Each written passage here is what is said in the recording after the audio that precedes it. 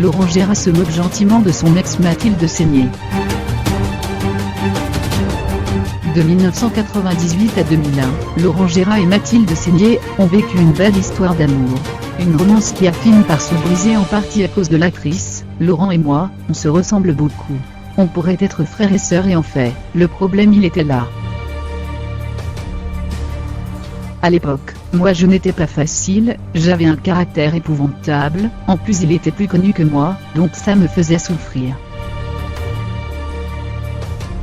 Avait-elle confié 14 ans plus tard, sur le divan de Marc-Olivier Fogiel, j'ai eu beaucoup de chagrin, d'autant plus que sans remuer tout ça, il serait furieux parce que lui quand il fait des émissions, il ne prononce même pas des noms de femmes, il n'aime pas du tout cette espèce de déballage, mais ça s'était fait dans des conditions très difficiles.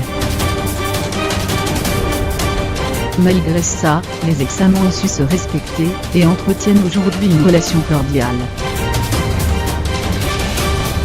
Laurent Gérard très ému par le cadeau de Serge Lama pour ses 50 ans.